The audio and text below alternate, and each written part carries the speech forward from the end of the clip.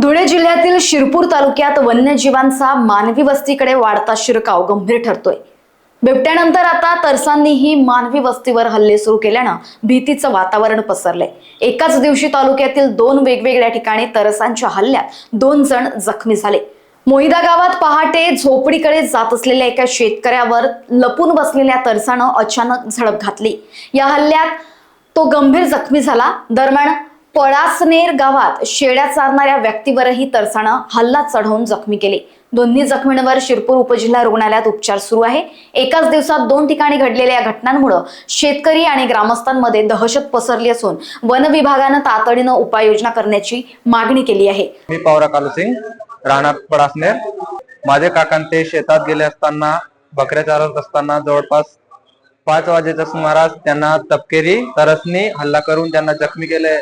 याच्याकडे गांभीर्याने फॉरेस्ट डिपार्टमेंटने लक्ष द्यावा, कारण की दिवसेंदिवस ही घटना रोज होत चाललेली आहे। आमच्या जवळपास मोयद्याच्या परिसरात सुद्धा आज ती तशीच घटना आढळून आली आहे आणि याच्याकडे गांभीर्यपूर्वक महाराष्ट्र शासनाने आणि फॉरेस्ट डिपार्टमेंटने याच्याकडे लक्ष द्यावे। लोकवाहिनी मीडियाकरिता ब्युरो रिपोर्ट धुळे।